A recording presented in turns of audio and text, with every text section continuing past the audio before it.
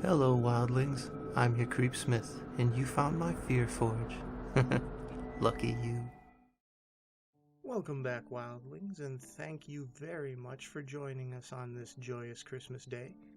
Here's hoping that your Yule is nothing like the holy holiday hell in tonight's story, Holiday Confessional, by Erutious.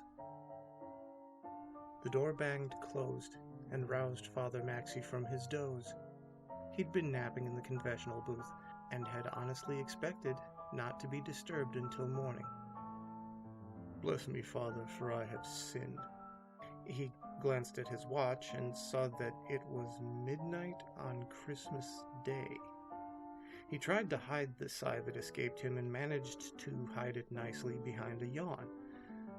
Whoever's idea it had been to hold a Christmas Eve confessional was beyond him, but so far it had netted very few sinners indeed past 10 o'clock. Father Maxie had so far spoken to 2 drunks, parishioner Myuu, who believed that folding his sister's underwear was a sin, and a pervert who wanted to breathe heavily until he left a sinful mess in the box. He had hoped that the pervert would be the last, but this man had come in and ruined his celebration. "Father, are you there?" "Yes, my son," he said as he straightened himself. "Speak your sin, and I will listen." "This night, I did break into a house without consent." Father Maxie nodded. He was often privy to crimes, both the black sort and the less serious. He had heard more than one good Catholic who had admitted to coveting his neighbor's flat screen this week. He usually kept such sins to himself, but last year, when that crying man had admitted to raping all those children, he had been forced to go talk to Detective O'Shaughnessy, another good Catholic. Sins were one thing, but Father Maxie was not the sort of priest to let child molestation continue, as the diocese could have attested. This fellow, though, would most likely be sent on his way with a few Hail Marys and a Merry Christmas. "Very well, my son. 12 Hail..." "I'm not finished, Father. I can't go to the police with this story, and I know that you've always been a good boy who will know what to do with the information." Good boy. That phrase took him back a little. Father Maxie, a priest well into his 40s, hadn't been a boy in many years. "Continue, my son, please. I will listen." "When I came in, I went to the tree and began my work. I was half done. There were so many presents, you understand. And then I heard a noise upstairs. At first, I ignored it. With 3 children in the home, someone was likely to be a light sleeper, but as I worked, the noise became louder. I finally recognized it for what it was, and the sound made me curious and a little worried. It was a child who was crying." Father Maxie leaned closer to the rectangle gate in the confessional booth. Despite the hour, the stranger's story had drawn him in. Through the shadowy hole of the confession booth, Father Maxie could see an older man with a white beard and a bald head. He had a cap in his hand and a garish red coat that now looked damp with the snow. Though his eyes were downcast, Father Maxie could tell that he had been crying. There was a smell in the booth again, something detectable only as an afterthought. Peppermint, maybe, with an underlying smell of horse stall or barn floor. I went upstairs to have a look. Sometimes I do happen upon scenes of a less than cheery nature, and I thought I might do some good for a needy child. When I reached the landing, I immediately knew that something was wrong. There was a dog slumped at the top of the stairs. I thought he was sleeping at first, but when I touched him, his head flopped to the side and showed me that his neck was broken.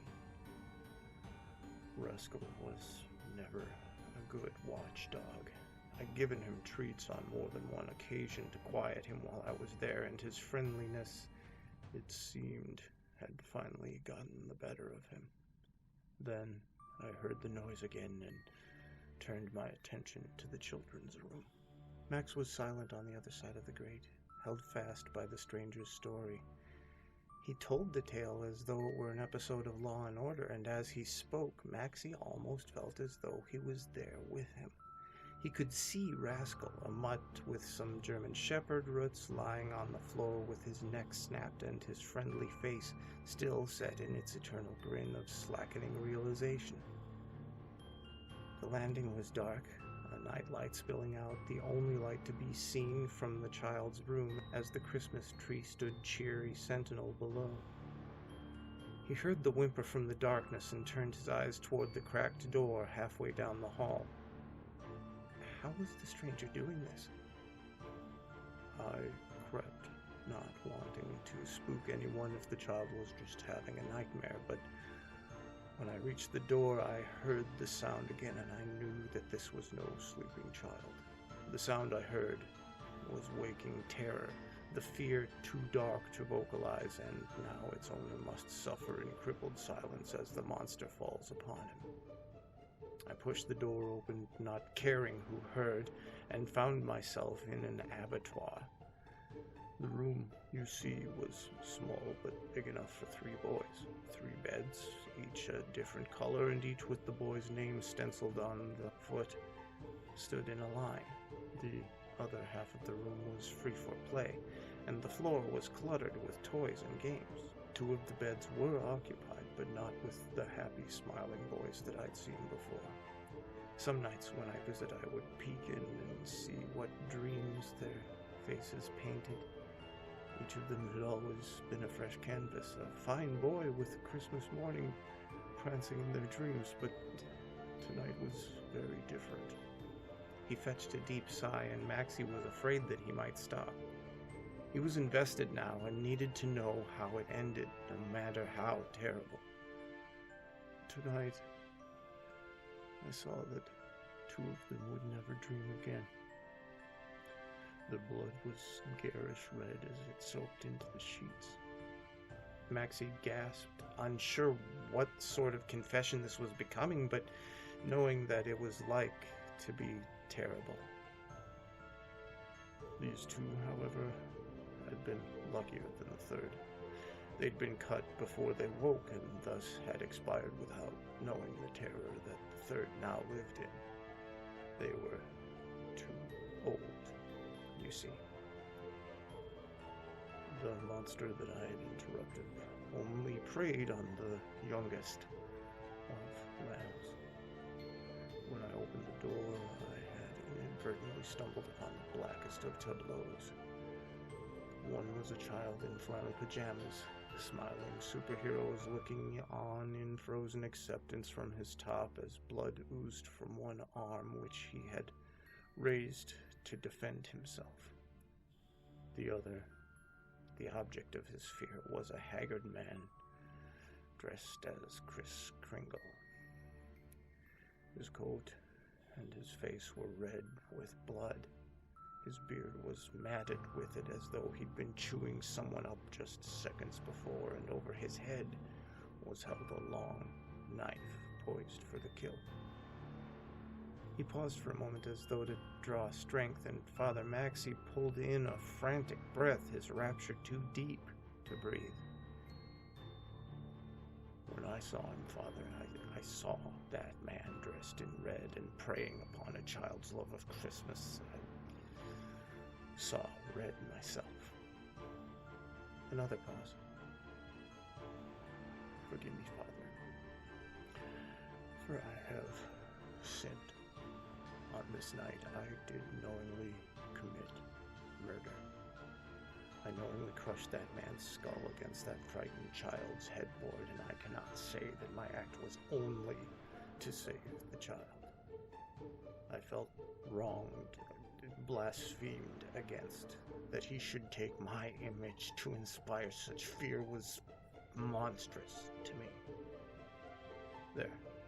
I've also committed idolatry, I suppose. I compared myself to God, of which I am a so-called saint.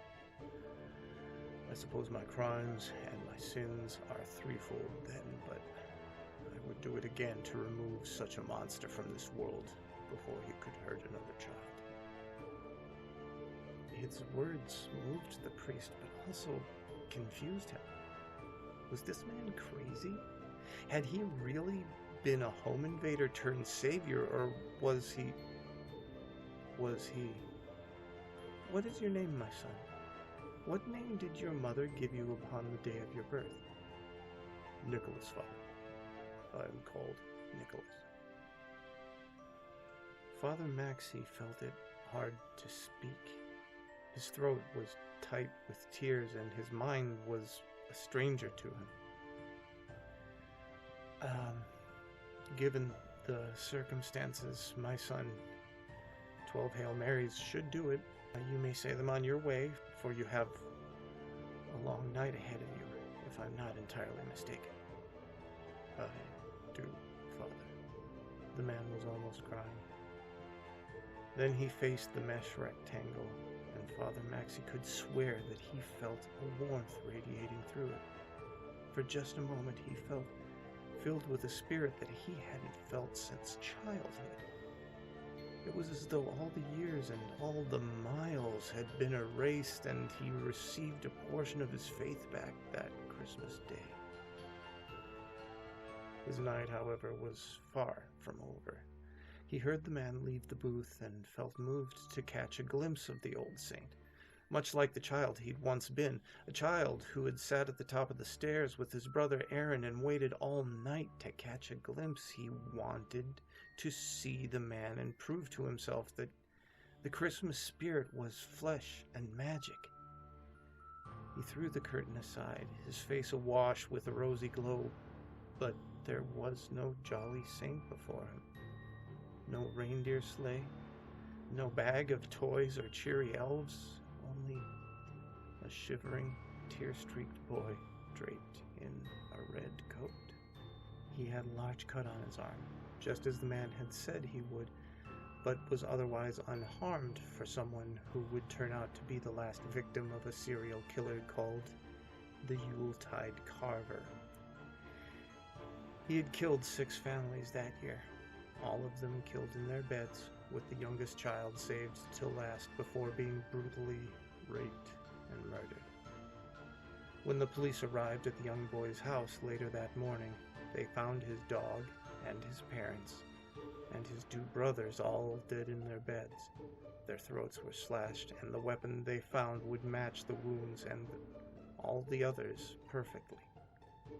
The last body, the one dressed in a Santa costume that he'd likely stolen from the mall he'd recently been fired from, was found laid across the last bed with his skull caved in, the murder weapon clutched in his frozen hand. That would come later, though. For now, the priest bent down before the boy like a penitent before the cross and inspected his injuries. He wasn't hurt too badly.